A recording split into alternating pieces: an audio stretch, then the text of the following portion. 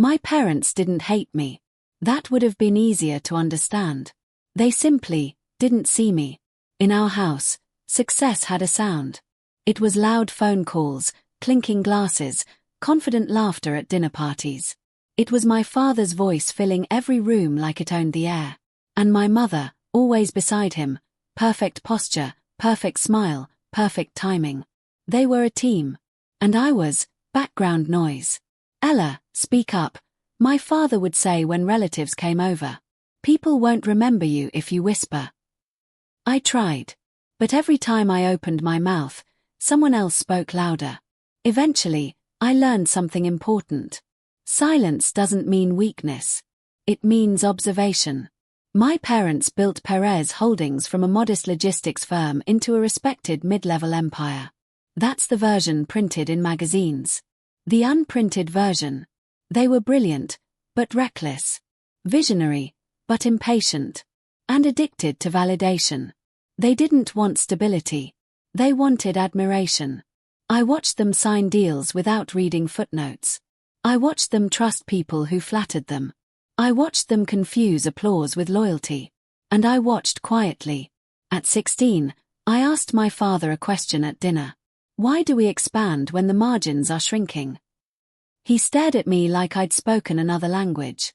Because perception matters, he said. If people think you're growing, you are. My mother nodded approvingly. I didn't argue. I just memorized the answer. That night, I Googled financial leverage for the first time. I didn't know it then, but that was the moment my life split into two paths. The daughter they knew, and the woman I would become. When I left for college, they barely noticed what I studied. Finance. Economics. Risk modeling. No drama. No announcement. Just quiet excellence. I didn't intern at their firm. I didn't want nepotism. I wanted invisibility. So I worked under professors. Then hedge funds. Then shell companies. I learned how money moved when no one was watching. While my parents attended galas, I sat in windowless rooms learning how fortunes were quietly redirected. While they chased headlines, I chased systems. And slowly, very slowly, money started listening to me. By 27, I had my first anonymous fund. By 30, I was managing billions.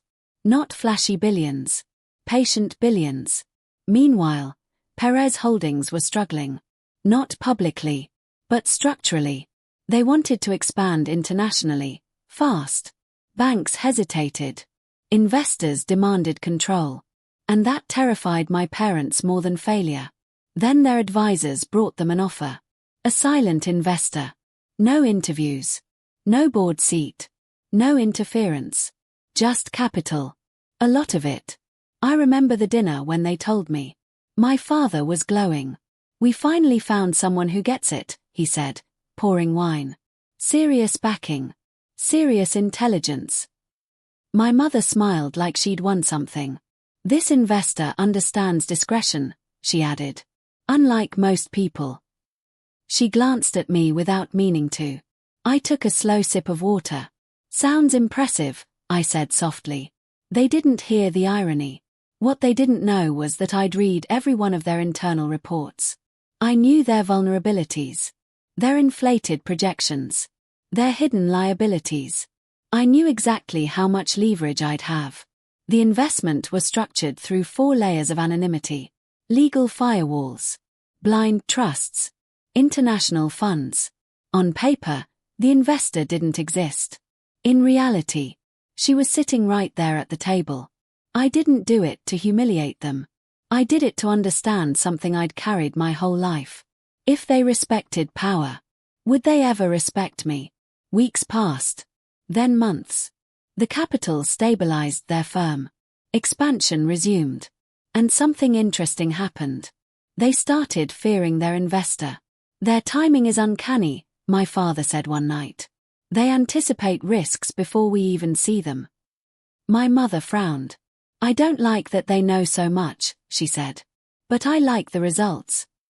I smiled into my coffee. Every decision they made. I saw first. Every risk they took. I approved or blocked. They never questioned it. Because power, when invisible, feels like fate. Then came the board meeting. The one scheduled after a brutal quarter. The one where everything would be reviewed. The one where the investor requested, for the first time, to attend in person. My parents were nervous. "Who do you think they are?" my mother asked. "Old money. Tech." My father adjusted his cufflinks. "Whoever they are," he said. "They're about to see how good we really are." That morning, I dressed carefully. Nothing dramatic. Nothing recognizable. Just confidence, finally visible. As I stood outside the boardroom, hand on the door handle, I felt calm. Not excited. Not angry. Just ready. Because when that door opened, they wouldn't be meeting an investor. They'd be meeting the daughter they never invested in. The boardroom was colder than I expected. Not temperature-wise, but emotionally. Glass walls. Steel edges. A long polished table reflecting faces that believed they were in control. My parents sat at the head, confident, composed. They didn't look up when the door opened. Not at first. The assistant cleared her throat. "Our investor has arrived," she announced. That was when my father lifted his eyes. And froze. Time didn't stop. But it slowed enough for me to see everything. The tightening of his jaw. The flicker of confusion in my mother's eyes. The way both of them tried, instinctively, to place me somewhere I didn't belong. "Ella," my mother said softly. Not warmly. Uncertain. Like saying a name from a dream. I stepped inside. The door closed behind me with a sound that echoed far louder than it should have. "Yes," I said. "It's me."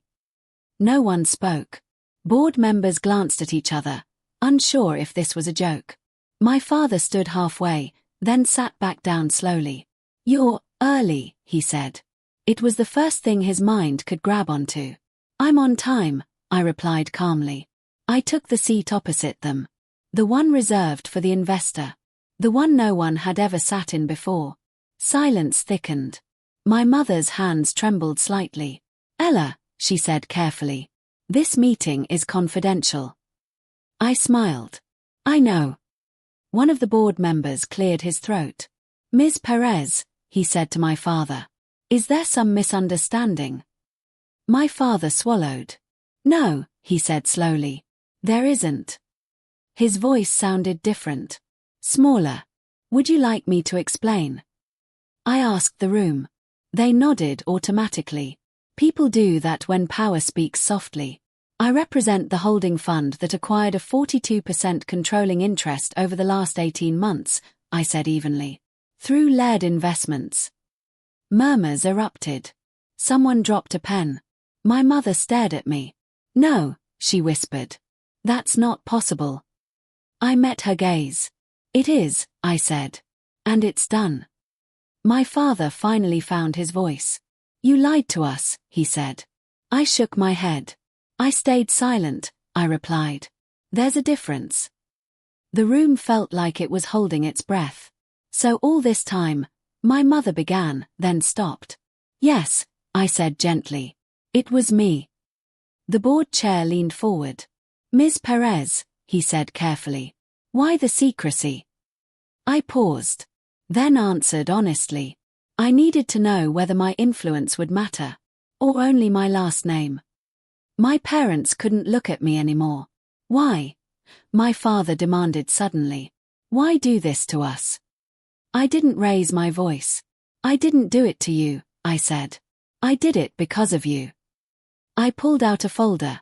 Placed it on the table. Inside were projections. Risk assessments. Recommendations they'd ignored for years. "You were expanding too fast," I continued. "Taking on risk you didn't understand."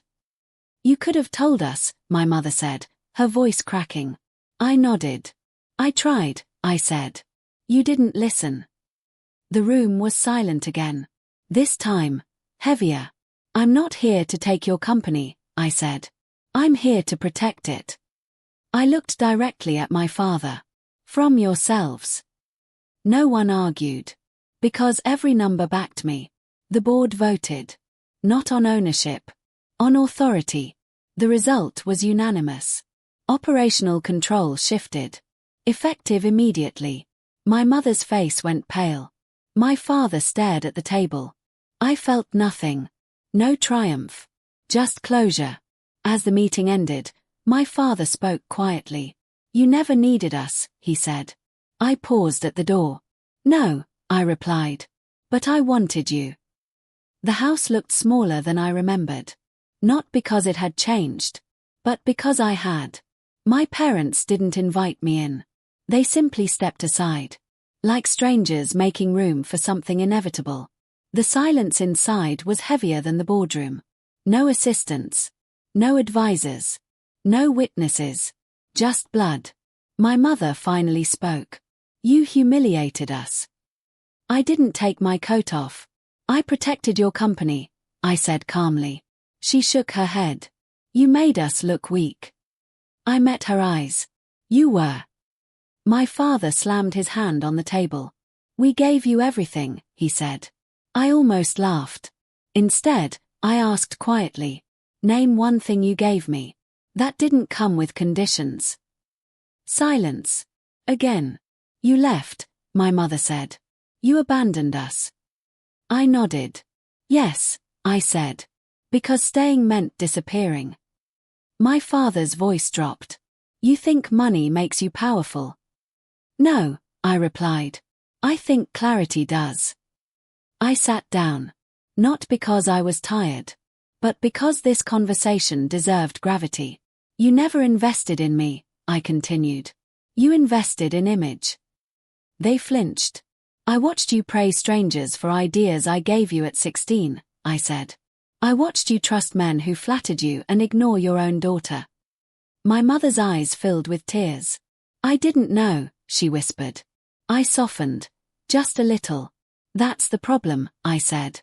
"You never wanted to know." My father stood again. "What do you want?" he asked. The question wasn't angry. It was afraid. "I want transparency," I said. "I want sustainability. And I want one thing more." They waited. "I want distance," I finished. The word hit harder than money ever could. "Ella," my mother pleaded. "We're family." I nodded. "Yes," I said. "And family doesn't mean immunity." I stood. "I'll run operations," I said.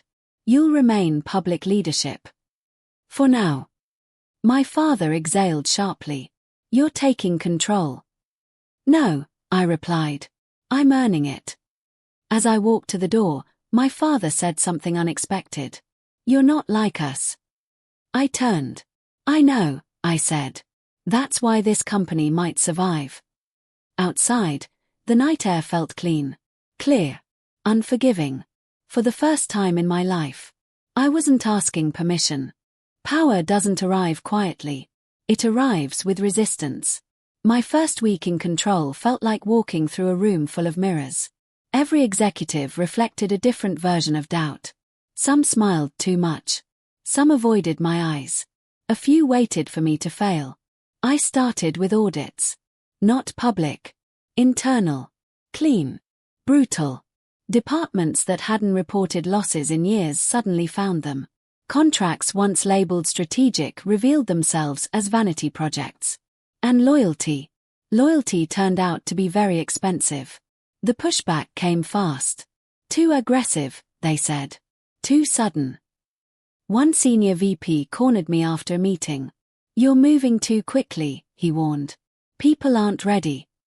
I looked at him calmly. "Neither was the company," I replied. "That didn't stop you." Whispers spread. "She's emotional. She's punishing her parents. She doesn't understand the culture." They were wrong. I understood it perfectly. That's why it had to change. The first real challenge came from Mark Ellison. 15 years at the firm. Board favorite. Untouchable. Or so he thought. He questioned every decision publicly. Smiled while doing it. "It's just concern," he said. "Healthy debate." I smiled back. "Then let's debate with data," I replied. I scheduled a review. Full transparency. Numbers on the table. Mark didn't show up prepared. I did. Your division has lost 12 million over 3 quarters, I said evenly. You hid it under expansion costs. He scoffed. Temporary losses. I nodded. For 15 years. The room went still. I didn't fire him. That would have been too easy. Instead, I reassigned his authority. Limited access. Clear metrics. The message was clear. Power here would be earned, not inherited. Later that night, my mother called. You're tearing everything apart, she said. No, I replied softly. I'm removing rot. She cried. I didn't hang up. Leadership is lonely. Not because no one stands with you, but because no one can stand for you. Then came the leak. Anonymous. Strategic. Cruel. An article hit the press. Heiress stage coup at family firm. My face. My name. My silence weaponized. The board panicked. Stock dipped. My father begged me to respond. Say something, he said. I didn't. Instead, I did something worse. I let results speak. 3 contracts renegotiated. 2 losses contained. 1 major client retained. All within 10 days. The narrative shifted. Slowly. Reluctantly. But not everyone surrendered. Someone inside the firm wanted me gone. Badly. And they were willing to break the company. To make it happen. You don't feel betrayal when it happens. You feel confusion first. Then patterns. Then clarity. The first sign was subtle. A contract I had frozen suddenly moved forward. Not approved. Not reviewed. Just executed. I stared at the digital timestamp. Someone with senior access had overridden my authorization. That narrowed the list to 5 people. I didn't react publicly. Power doesn't panic. It watches. 2 days later, a shipment went missing. High value. Insured. Sensitive. The kind of loss that attracts regulators. Then came the third hit. A confidential memo, mine, appeared in the press. Edited. Twisted. Weaponized. This wasn't resistance anymore. It was sabotage. I closed my office door and pulled up the access logs. Late nights. Unusual patterns. One name appeared again and again. Mark Ellison. But certainty requires proof. And proof takes patience. I let it continue. That was the hardest part. Watching damage unfold while holding silence. I created a controlled leak. A fake acquisition plan. Tempting. Illegal. Perfect bait. Within 24 hours, it surfaced. Exactly where I expected. Exactly how I needed. I called an emergency board meeting. No warnings. No leaks. Mark arrived confident. Smiling. Arrogant. I projected the logs onto the screen. Access times. Email trails. Financial incentives. The room changed instantly. You sold internal data, I said calmly. To competitors. Mark laughed once. Then stopped. This isn't personal, he said quickly. It's business. I nodded. So is termination, I replied. Security escorted him out. No speeches. No drama. Just consequences. After the room emptied, my father stayed behind. He looked shaken. You knew, he said quietly. And you let it happen. Yes, I replied. Because I needed the truth undeniable. He sat down slowly. We built this culture, he admitted. I didn't correct him. Ownership had to start somewhere. That night, I walked through the office alone. Lights dim. Desks empty. The weight of what I'd done settled in. Leadership doesn't feel like victory. It feels like responsibility pressing into your spine. I went home and slept for 4 hours. Then woke up with clarity. This company wouldn't just survive. It would change. Even if it broke every illusion my parents had left. The regulators didn't knock. They arrived. Quietly. Formally. Unstoppable. It started with an email marked urgent. Then another. Then a call I didn't answer. Because I already knew what it meant. When sabotage turns public, the law follows. By noon, compliance teams filled the conference rooms. Auditors requested records going back 10 years. Not just my decisions. My parents. My father tried to reassure everyone. "This is routine," he said too loudly. "We've done nothing wrong." I didn't interrupt. Denial needs space before it collapses. I met with the regulators alone. Not because I had to. Because leadership doesn't hide behind family. They were polite. Sharp. Unimpressed by names. "You uncovered internal fraud," the lead investigator said. "But oversight failed long before you arrived." I nodded. I agree. The question hung between us. Who would be held responsible? The board wanted distance. My parents wanted protection. And suddenly, all eyes turned to me. "You could insulate us," my mother said that night. "Say you didn't know." I looked at her. "I did know," I replied. "And now I'll say it." My father's face hardened. "You'll destroy us." "No," I said quietly. "I'll tell the truth." I disclosed everything. Missed audits. Ignored warnings. Cultural negligence. Including theirs. The fallout was immediate. Fines. Resignations. Reputations cracked beyond repair. My parents were asked to step down. Not as punishment. As necessity. My mother wept. My father didn't. He just looked old. The press circled again. This time, sharper. "Daughter turns on family empire." I didn't respond. I worked.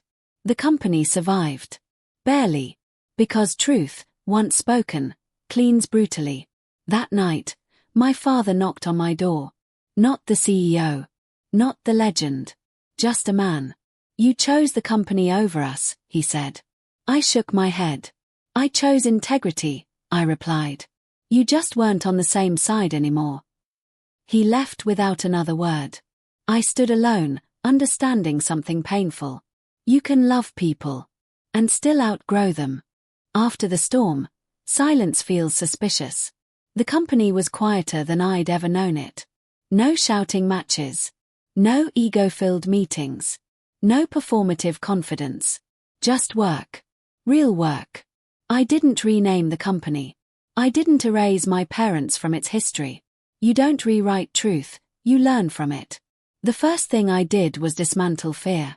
Executives were used to surviving, not thinking.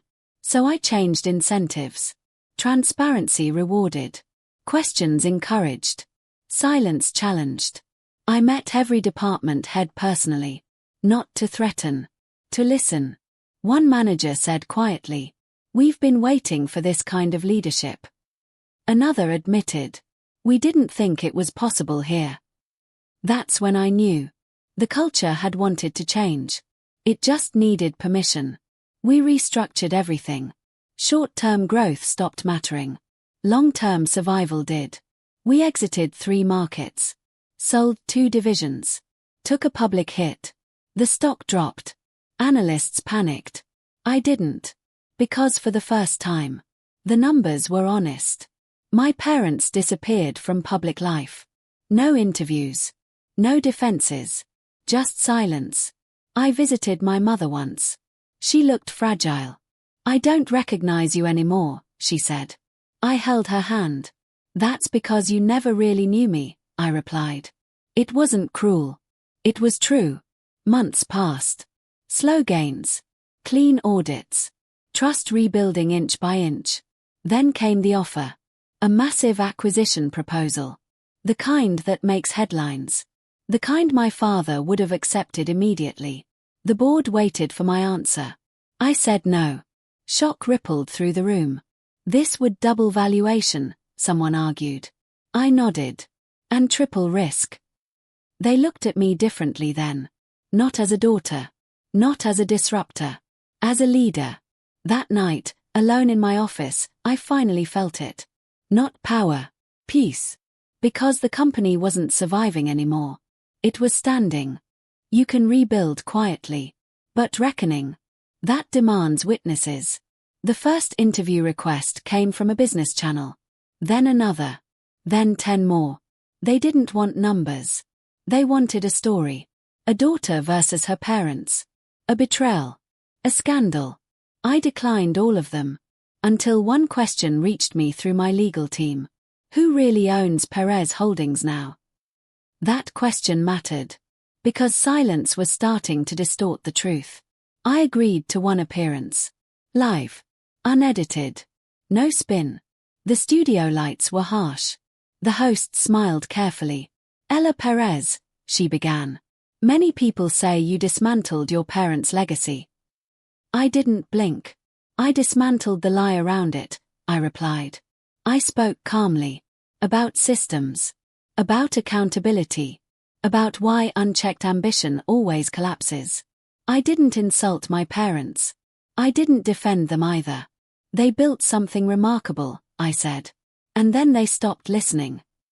The clip went viral within hours. Not because it was dramatic, but because it was measured. That night, my parents broke their silence. A joint statement. Carefully written. Legally safe. Emotionally hollow. They claimed misunderstanding. Pressure. Health. They never mentioned my name. I read it once. Then closed the file. The next day, employees sent messages. Not praise. Relief. For the first time, I trust leadership. Thank you for choosing truth over loyalty. But the hardest message came from my father. A single line. You've won. I stared at it for a long time. Then deleted it. Because this was never a competition. Winning implies someone else had to lose. What I had done was choose a different measure entirely. I didn't expect him to call. Not after the message. Not after the silence. So when my phone rang and his name appeared, I let it ring twice longer than necessary. Just to remind myself, I had a choice now. Ella, my father said when I answered. No title. No authority. Just my name. We met at the old office. Not the headquarters. The first building. The one with the cracked marble floors and outdated furniture. The place where the company began, before ambition drowned intention. He was already there when I arrived. Older. Smaller. No assistants. No confidence armor. I won't take much of your time, he said. I nodded. Then say what you came to say. He looked at the window instead of me. I always thought strength looked like noise, he said slowly. Like domination. I stayed silent. You were quiet, he continued. And I mistook that for weakness. The words landed heavier than any apology. I didn't know how to see you, he admitted. I exhaled. That doesn't undo anything, I said. I know, he replied. But it explains it. He handed me a folder. Inside were handwritten notes. Early plans. Mistakes. Dreams he never shared publicly. I forgot why I started, he said. And you remembered. For a moment, he looked like a man meeting his own reflection too late. I don't want the company back, he said quietly. I don't want forgiveness. He finally met my eyes. I just wanted you to know. I'm proud of you. That was the hardest moment of all. Not the boardroom. Not the press. This. I didn't do this for you, I said gently. I know, he replied. That's why it matters. We sat in silence. Not angry. Not reconciled. Just honest. When I stood to leave, he said one last thing. You built something I never could. I paused. What's that? Something that doesn't need fear to survive. I walked out lighter. Not because the past was fixed. But because it no longer followed me. The company didn't explode into greatness. It stabilized. And that was the miracle. Years later, analysts would call it one of the most disciplined turnarounds in modern corporate history. They'd credit strategy, timing, market awareness. They'd miss the truth. The truth was simpler. Fear was removed. Perez Holdings stopped chasing admiration. It started earning trust. Employees stayed. Clients returned. Quiet competence replaced loud ambition. I refused to put my name on buildings. Refused interviews that framed me as a conqueror. Because I hadn't taken anything. I had returned something. One evening, I stood alone in the boardroom. The same chair. The same table. No ghosts this time. I thought about the girl I was. The quiet one. The invisible one. The daughter no one invested in. She didn't need revenge. She needed space. I funded scholarships anonymously. Not for branding. For balance. Because talent should never need permission. My parents never asked for forgiveness again. And I never offered it. We learned something harder than reconciliation. Respect without closeness. And it was enough. The final decision I made shocked the board. I stepped back. Not away. But out of the spotlight. Power shouldn't cling. It should circulate. I appointed leaders better than me. Louder than me. And watched them lead without fear. The company didn't collapse when I left center stage. It thrived. That's how I knew I'd done it right. Years later, a young analyst asked me quietly, "How did you become this powerful?" I smiled. I stopped trying to be seen. Oyuto. My parents never knew I was the anonymous investor holding $9 billion in their firm. Until the door opened. But the real surprise wasn't the money. It was this. Power doesn't come from being louder than everyone else. It comes from being undeniable.